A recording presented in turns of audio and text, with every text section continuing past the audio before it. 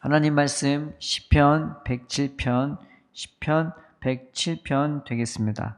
여호와께 감사하라. 그는 선하시며 그 인자하심이 영원함이로다.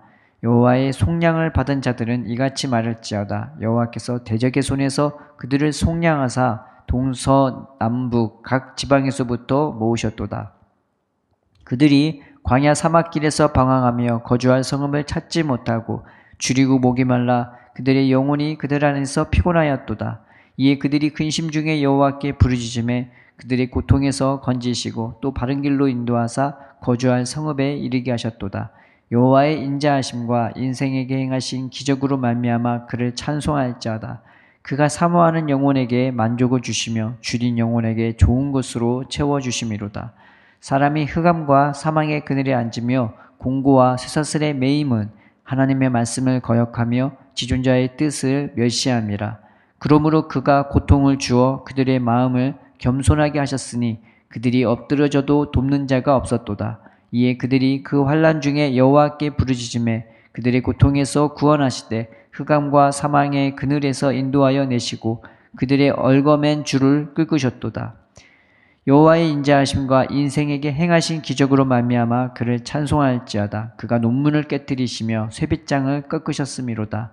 미련한 자들은 그들의 죄악의 길을 따르고 그들의 악을 범하기 때문에 고난을 받아 그들은 그들의 모든 음식물을 싫어하게 되어 사망의 문에 이르렀도다. 이에 그들이 그들의 고통 때문에 여호와께 부르짖음에 그가 그들의 고통에서 그들을 구원하시되 그가 그의 말씀을 보내어 그들을 고치시고 위험한 지경에서 건지시는도다.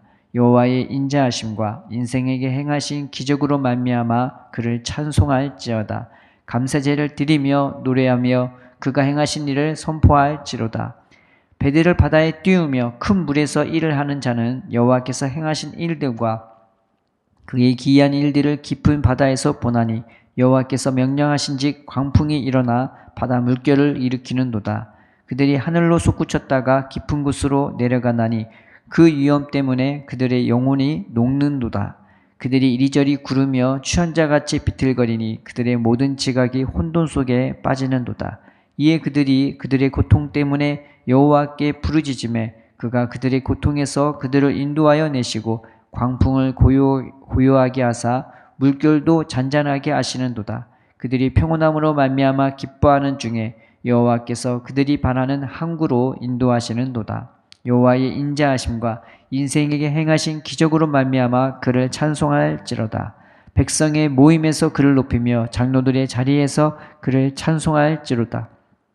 여호와께서는 강이 변하여 광야가 되게 하시며 샘이 변하여 마른 땅이 되게 하시며 그 주민의 악으로 말미암아 옥토가 변하여 염전이 되게 하시며 또 광야가 변하여 못이 되게 하시며 마른 땅이 변하여 샘물이 되게 하시고 줄인 자들로 말미암아 거기에 살게 하사 그들이 거주할 성읍을 준비하게 하시고 밭에 파종하며 포도원을 재배하여 풍성한 소출을 거두게 하시며 또 복을 주사 그들이 크게 번성하게 하시고 그의 가축이 감소하지 아니하게 하실지라도 다시 압박과 재난과 우환을 통하여 그들의 수를 줄이시며 낮추시는도다.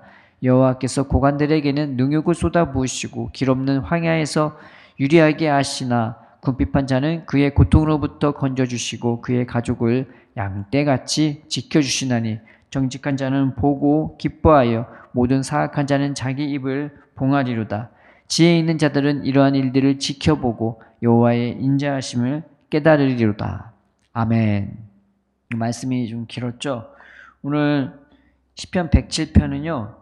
굉장히 짜임새 있게 지어진 시입니다. 그래서 서론에 하나님을 찬양하는 부분이 있고 중간에 이제 내연이 있는데 이 내연의 형식이 비슷해요. 어떤 어려움이 생기면은 그때 하나님께 부르짖고 그러면 하나님이 부르짖을 때 구원해 주시면 그 하나님의 인자와 그 기이한 기적으로 말미암아 하나님을 찬송하는 내용이 반복적으로 내연에 걸쳐서 나와 있고요. 그 다음에 마지막으로 이 말씀을 결론 지으면서 이 시가 그렇게 완성이 되어집니다. 그래서 1절에서 3절에 먼저 이 서론, 이 시편 107편의 서론을 보면요. 하나님께 감사하고 그 우리를 향한 그 은혜와 사랑을 노래하고 있습니다. 그래서 왜 노래하냐? 하나님이 우리를 속량해 주셨대요. 그래서 어디서부터 속량했냐 보이면은 대적의 손에서, 그리고 동서남북 각 지방에서부터 모으셨다고 그렇게 나와 있습니다. 그런데 이게 원문을 보잖아요. 동서남북이 아니고요. 동서북남으로 되어 있습니다. 그 남쪽이 바다라고 되어 있어요. 그래서 이 동서남북이 괜히 있는 게 아니고요. 동쪽은 그 단어가요, 해가 뜨는 곳, 그러니까 해를 염두에 두고 동쪽을 말한 거고, 서쪽은 해가 지는 곳, 곧 어두운 곳을 염두에 둔 거고, 그리고 북쪽은 짜폰이라고 하는데, 이 북이라는 말이 북방에서 신들이 모이는 그 가나안 땅의 그 장소가 있거든요. 즉 북쪽에서 우리를 구원했다는 말은 하나님이 아는 다른 신들을 섬기는 우리의 완악함에 대해 적혀 있는 거죠. 그래서 그리고 남이라고 적혀 있는 건 또 바다입니다. 그래서 중간에 사연이 비슷한 구조로 되어 있는데 이 동서남북에 다 맞게 배치가 되어 있습니다. 그래서 동쪽을 보면 해가 나오잖아요. 해가 뜨면 어떻게 해요? 사람이 목이 마르고 갈증 나고 그러죠. 그래서 그 목마름과 함께 이 첫 번째 연이 하나님의 우리에게 베푸신 그 기적과 연을 그 목마름과 함께 연결되어서 동쪽에 맞게 그렇게 배치가 되어 있고, 두 번째 연은 흑암과 관련돼서 해가 지면은 어둡잖아요. 그래서 그 서쪽 흑암과 관련해서 이 두 번째 연이 나와 있고, 세 번째는 우리가 하나님을 떠나서 다른 길을 향하는 것, 길을 모르는 게 아니라 다른 길을 가는 우리의 완악함에 대해 적혀 있습니다. 그래서 그게 북쪽과 관련돼서 적혀 있고, 네 번째 연인 23절에서 32절은 이 남쪽이라고 번역된 부분이 원문은 바다라고, ям이라고 적혀 있단 말이죠. 그래서 그 바다와 관련된 그 고난에 대해서 적혀 있습니다. 거기서 구원하신 하나님에 대해 적혀 있죠. 그래서 이 시편 107편이요 굉장히 짜임새가 있고 문학적으로도 훌륭한 그런 시가 되는 겁니다. 그래서 1절에 보면은 하나님이 어디에서 우리를 구원하셨냐, 그 4절에 보면은 그들이 광야 사막길에서 방황하며 거주할 성읍을 찾지 못하고 줄이고 목이 말라 그들의 영혼이 그들 안에서 피곤하였다. 우리가 참 연약하죠. 줄이고 목말라요. 어디로 어떻게 살아야 될지도 모르겠고 어디에 거해야 될지도 모르겠고 길이 어딘지도 모르는 우리의 미련함과 완악함과 그리고 그 줄이고 목마른 심령에 대해 적혀 있습니다. 그런데 우리의 미련함에도 불구하고 우리의 연약한 우리를 하나님이 구원해 주시는 것입니다. 두 번째는요, 흑암과 사망의 그늘에 앉아 있대요. 그런데 하나님이 흑암을 준 게 아니라 이 10절에서 16절에 나오는 흑암은요, 내가 하나님의 말씀을 거절해서 그냥 하나님 말씀 믿고 그 하나님 안에 거하면 되는 건데, 우리의 마음이 쉬이 그 하나님의 말씀을 의지하지 못하고 믿지 못하고 깨닫지 못하니까 스스로가 스스로를 어둠 가운데, 흑암 가운데, 절망 가운데 가둬버리는 그런 우리의 완악함에 대해 적혀 있는 것입니다. 불순종하고 반역하는 그 우리의 연약함하고 완악한 마음이 적혀 있는 거예요. 그런데 그렇게 갇혀 있다가 이제 안 되니까 하나님께 부르짖는 거예요. 근데 하나님이 부르짖을 때 또 구원하시는 것입니다. 이제 그런 부분이 나와 있고, 이제 세 번째 연인 17절과 22절에는 이 하나님이 알아요. 근데 하나님을 따르지 않고 세상을 따르는 우리의 그 완악함에 대해서, 음란함에 대해 적혀 있습니다. 그래서 17절과 22절에 보면은 뭐라고 적혀 있냐? 미련한 자들은 그들의 죄악의 길을 따르고 그들의 악을 범하기 때문에 고난을 받아 그들은 그들의 모든 음식물을 싫어하게 되어 사망의 문에 이르렀도다. 하나님이 계신 걸 알아요. 하나님의 길도 있어요. 그런데 그 길을 쉬이 안 따르는 우리의 그 연약함, 유혹에 쉽게 넘어가고 세상 길로 따라가는 우리들의 완악함에 대해 적혀 있습니다. 그리고 네 번째는 바다가 나오죠. 23절부터 32절. 이 바다의 세력은 우리가 헤아릴 수 없는 거죠. 언제 어떻게 이 바다의 세력이 우리를 덮쳐올지 모르는 거예요. 내가 똑똑한 것 같고 잘난 것 같고 지혜로운 것 같은데 이 바다의 세력이 나에게 덮쳐오는 순간 우리는 혼돈에 그냥 빠져버리는 거예요. 그러니까 내가 가진 지혜도 아무 소용이 없고 내가 갖고 있는 능력도 아무 소용이 없는 그 바다가 나한테 덮쳐오기 시작하면요. 그 바다의 세력이 덮쳐오기 시작하면 내 인간의 힘과 지혜가 얼마나 연약한지, 얼마나 아무것도 아닌지, 우리 인생이 얼마나 허무한지 깨닫게 되는 것입니다. 그런데 하나님이 거기에서도 구원해 주시는 거죠. 그래서 우리가 이 서론에서 하나님의 은혜를 찬양할 수밖에 없는 것은 나의 미련함에도 불구하고 우리가 길도 못하고 찾지도 못, 내가 거주할 곳도 찾지 못하고 먹을 것을 먹지도 못하는 우리의 그냥 미련함임에도 불구하고 하나님이 우리를 구원해 주시고, 그리고 나가 하나님 앞에서 말씀을 거역하고 반역함에도 불구하고 우리를 구원하시고, 또 하나님의 길이 있고 세상의 길이 있는데 하나님을 등지고 세상 길로 따라가는 우리들의 음란한 완악함에 대해서조차 주님은 불쌍히 여겨주시고 우리를 구원해 주시고, 또 우리 인간의 연약함과 허무함에도 불구하고 또 그 자리에서조차 구원하시는 하나님의 놀라운 사랑을 발견할 수밖에 없는 것입니다. 나의 이런저런 연약함과 완악함에도 불구하고 부르짖을 때 구원하시는 그 하나님을 찬양하는 것입니다. 신앙은 이게 보면요, 107편이 얼마나 은혜로운지 모르는 거죠. 그래서 이 말씀을 통해 보면은 내가 뭐 처음부터 하나님께 부르짖었더니 하나님이 나를 구원해 주셨다, 그 내용이 아닌 겁니다. 우리의 연약함, 우리의 완악함에도 불구하고 하나님은 하나님께 부르짖을 때 구원해 주셨다는 내용인 것입니다. 그게 얼마나 은혜로운 겁니까? 그러니까 하나님이 우리를 북남에서 구원해 주셨다는 것은 우리가 이런저런 연약하고 완악한 동서남북으로부터 우리를 구원해 주셨다는 감사와 찬양이 되는 것이죠.